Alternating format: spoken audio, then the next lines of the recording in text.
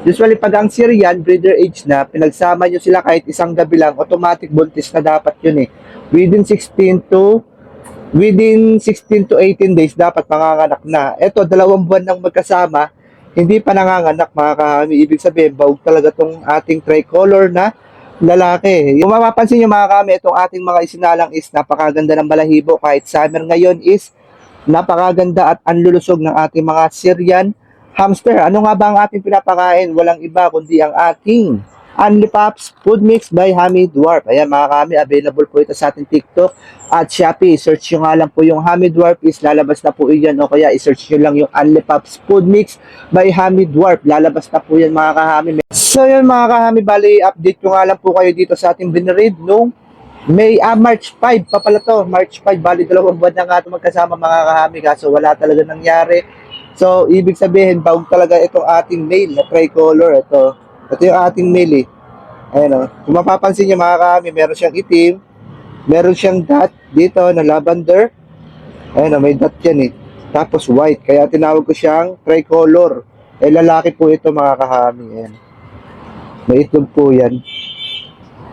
Siguro baog talaga yung tricolor. Bali, ito yung ating pinari sa kanya. Ayan o. Isang tart blue. Ayan mga kahami. Tumaba lang siya. Hindi siya nanganak. Hindi siya nabuntis. 2 buwan na sila magkasama. Usually, pag ang Syrian is breeder age na, pinagsama nyo sila kahit isang gabi lang, automatic buntis na dapat yun eh. Within 16 to 18 days, dapat manganganak na. Ito, 2 buwan nang magkasama, hindi pa nanganganak mga kahami. Ibig sabihin, bawag talaga tong ating tricolor na lalaki. Yan mga kahami, tama nga po yun nasa Google. Tama yung sabi nung ibang breeder na pag nakapagpalabas ka ng tricolor na lalaki o hindi baog is maikli lang ang buhay. Pero hindi tayo susuko mga kahami dahil baka ayaw niya lang dito, baka hindi siya nagaganda dito sa ating tart blue. Kaya papalitan natin siya ng pares. Balik niya ka na muna uli. Papalitan kita ng kusot next time kasi wala na tayong time ngayon. Papasok na ako sa aking trabaho kaya eto, papalitan natin siya ng pares. Ay, nahulog. Kala ko nahulog sa baba. Ito na lang ipapares natin sa kanya mga kahami. Itong ating, ano bang tawag dito? Banded tart ang tawag dito. Pero mas kilala siya sa tricolor. Ayan, female po yan. Banded blue tart. Ayan mga kahami. Ito po ang ating ipapares sa kanya.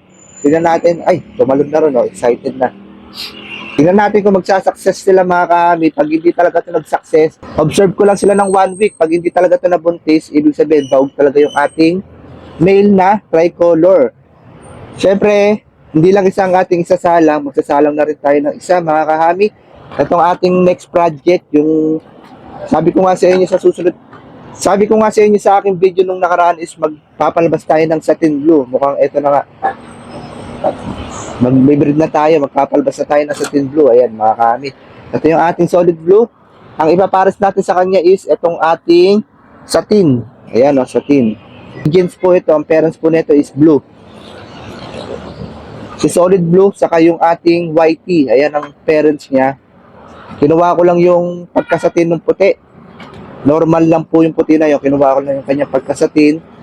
Nilagyan ko siya ng genes na blue. Para pag binalik natin siya sa blue is maglalabas siya ng satin blue. Ewan ko kung maglalabas siya pero sana is maglabas siya mga kahami. Ayan. Salang natin. Ayan yung ating ayan. Hindi ka naman nabuntis kaya pahinga ka muna. Ito muna yung ating sasalang. Ito isasalang ko rin to yung ating banded blue kaso hindi ko pa alam kung kanino ko siya isasalang. Baka kay whitey na lang or doon sa ating cream. Tingnan natin mamaya wala lang tayong time ngayon. Mamaya asikasuhin ko yung ating mga bean cage. Ayan. Magpapakain tayo mamaya ng ating mga hamster. Mamaya na lang tayo magpapakain dahil tayo aalis na. Kung mapapansin nyo mga kami, itong ating mga isinalang is napakaganda ng balahibo. Kahit summer ngayon is napakaganda at anlulusog ng ating mga Syrian hamster. Ano nga ba ang ating pinapakain? Walang iba kundi ang ating Only Pops Food Mix by Hammy Dwarf. Ayan mga kami, available po ito sa ating TikTok at Shopee. Search nyo nga lang po yung Hammy Dwarf is lalabas na po yan. O kaya i-search nyo lang yung Only Pops Food Mix by Hammy Dwarf. Lalabas na po yan mga kahami. Meron na po yung 1,000 plus sold sa ating TikTok at Shopee. Ayan mga kahami, maraming salamat po sa lahat na nag-try. Maraming salamat po sa lahat na sumuporta mga kahami. Bali, update ko na nga lang po kayo mga kahami kung anong mangyayari dito sa ating binread. Kung maglalabas nga po ito ng satin blue or mabubuntis itong ating female dahil ang pinares natin sa kanya is male na tricolor. Ayan mga kahami, tignan natin. Tumakas na isa, yun o. Hindi ka, baka mawala ka. Sasalang pa kita mamaya. Ayan, pumasok sa loob, mamaya natin kukuhain. Yun lang mga kahami, happy keeping po sa ating lahat.